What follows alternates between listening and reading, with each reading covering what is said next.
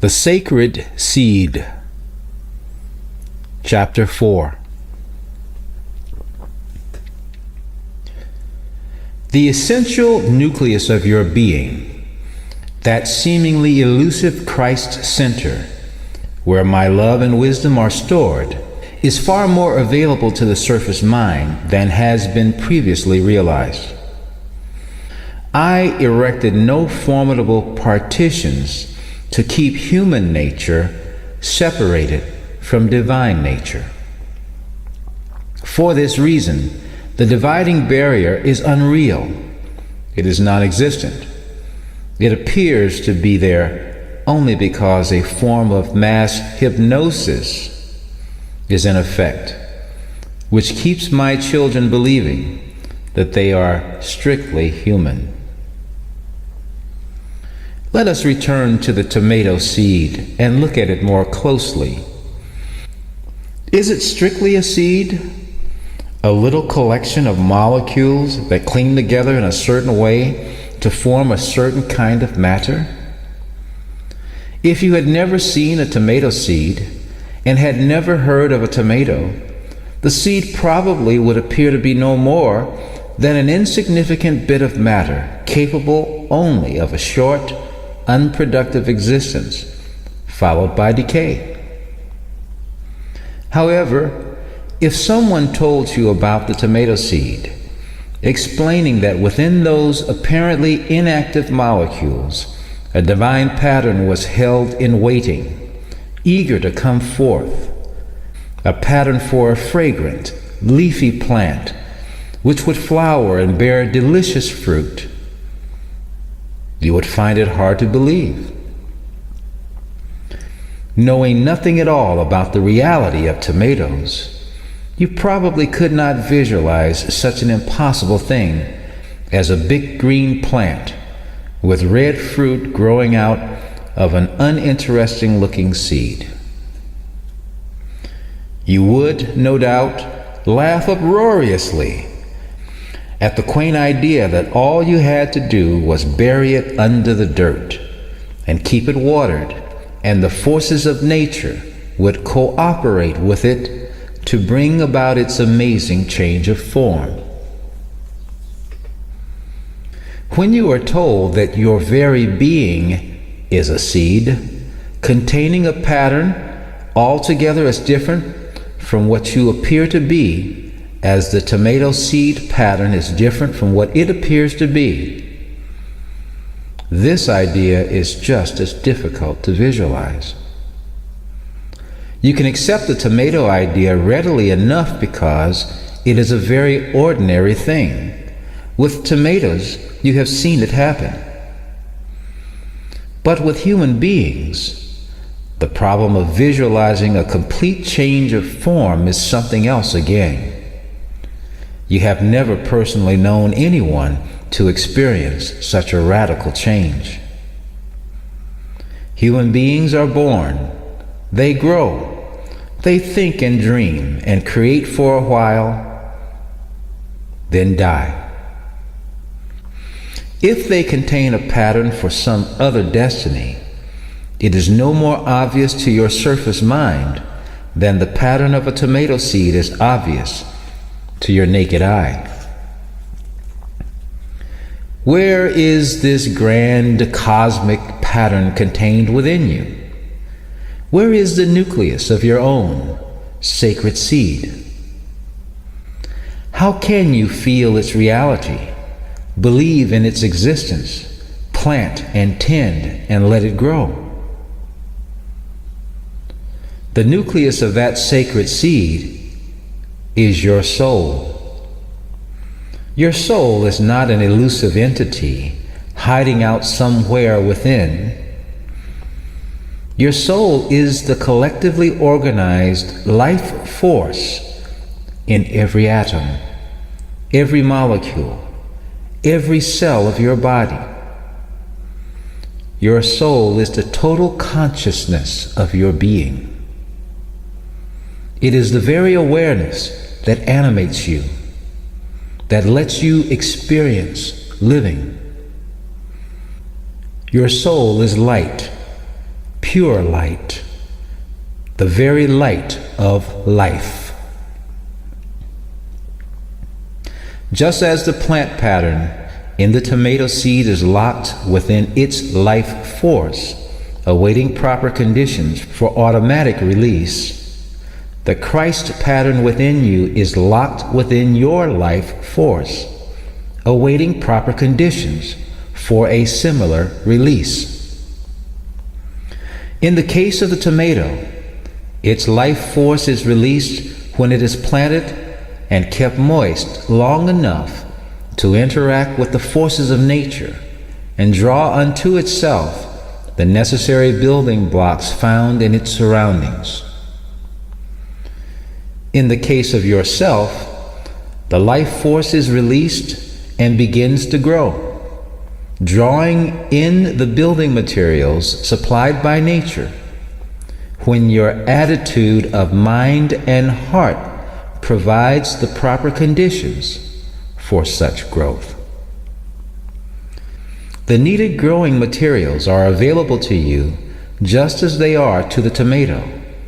They are supplied by me, and they would have been drawn unto you easily and naturally if your attitude had not caused conditions to be wrong for growth. Your life force has, for the most part, gone unappreciated by your surface mind. You fully realized that you had a soul, and that it was most likely an eternal soul which would someday have a chance to express more freely without the encumbrance of a physical body. Did you stop to wonder what the physical body was for? Why I imprisoned your soul within one?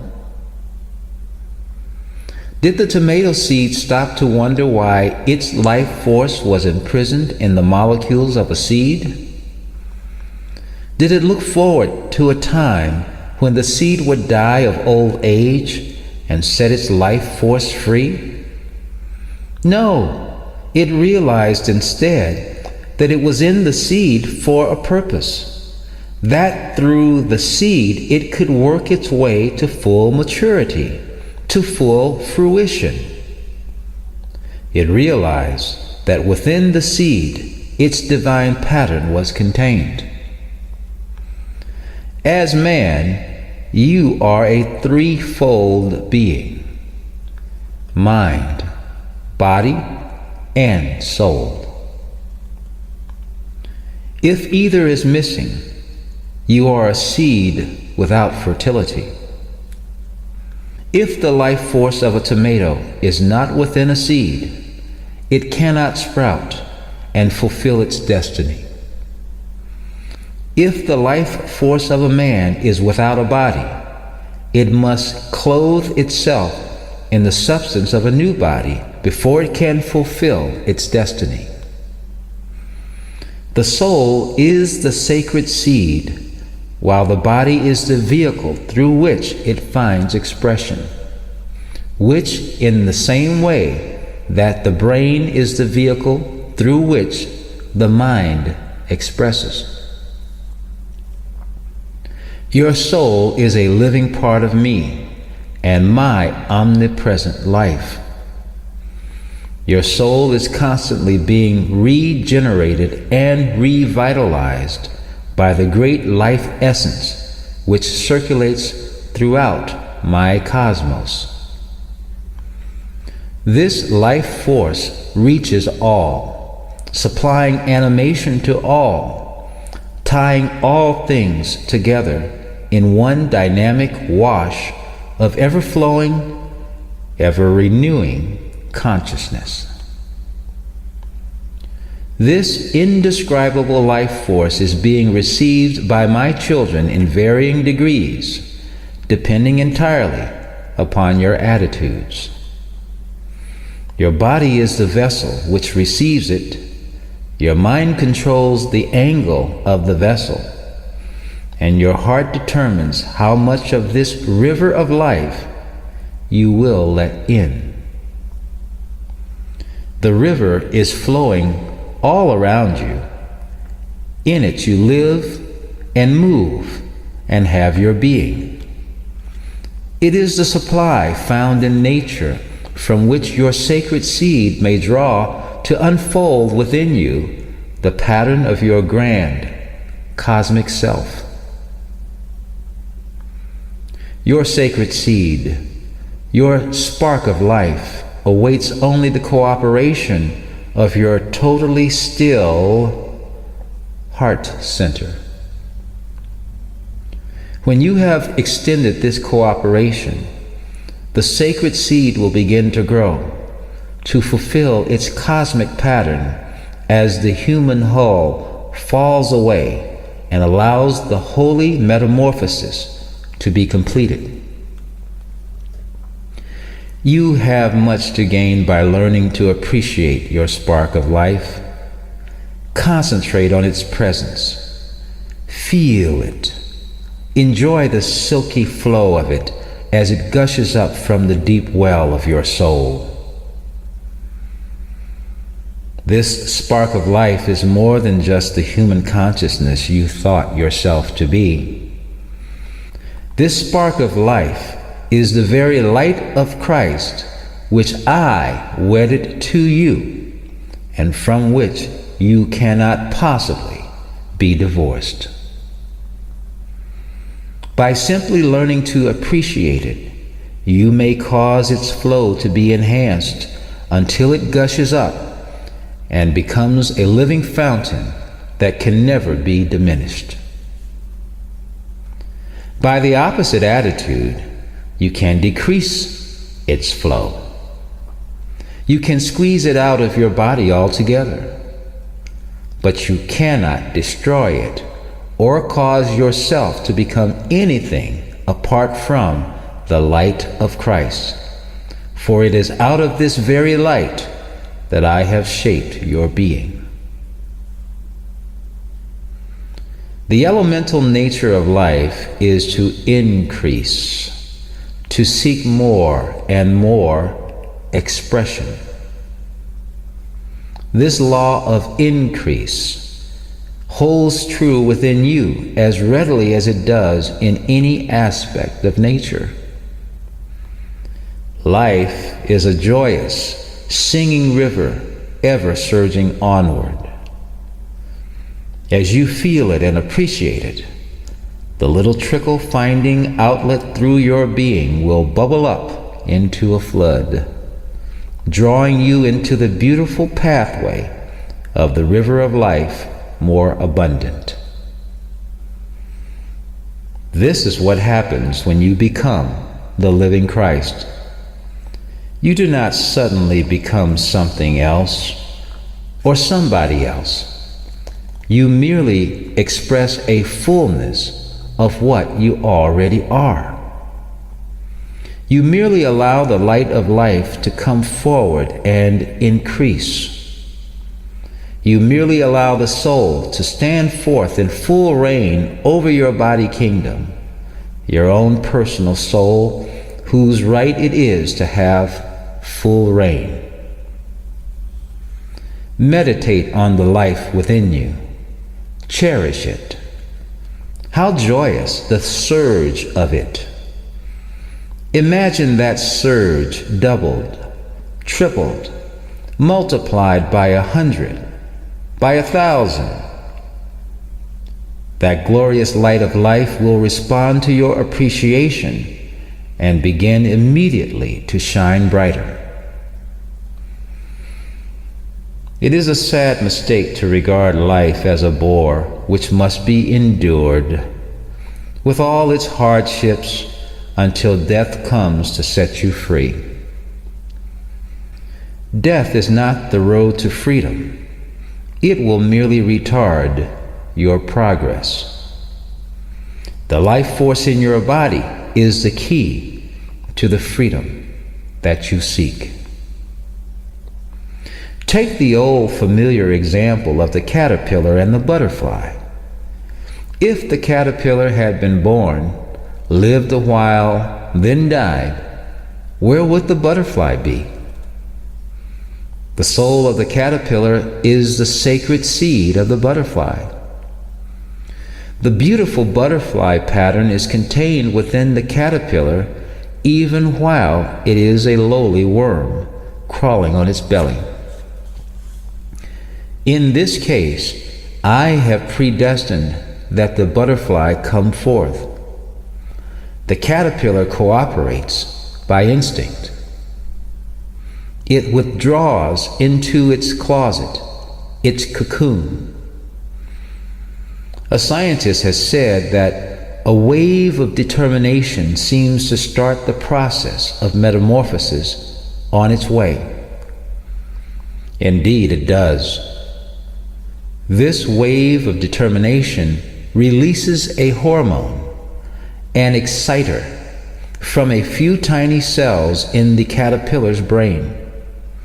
These hormones stimulate the release of other hormones from the caterpillar's endocrine glands.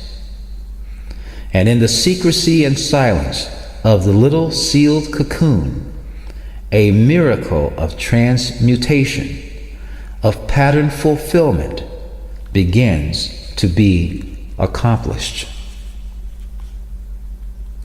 When the brightly colored butterfly emerges, it is an entirely different creature, free to fly about the earth in a dimension new to it. What has happened to the hull that fell away, that limited little worm? With you, the fulfillment is not predestined. You may live and die time and again before the truth about your sacred seed of life is consciously understood and subconsciously accepted.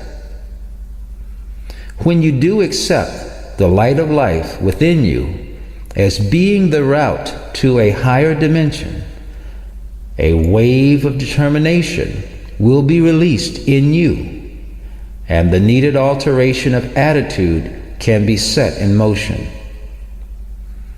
Like the caterpillar or the tomato seed, you will start to change. The wisdom of the soul, as it begins to assume command, knows every step that must be taken to transmute your physical body into quickened, refined substance. This wisdom of the soul is me, your indwelling Father consciousness, doing the mighty works for you, rebuilding with the substances of life which are abundantly available in nature, in that ever-flowing river which fills the entire cosmos. My Holy Spirit.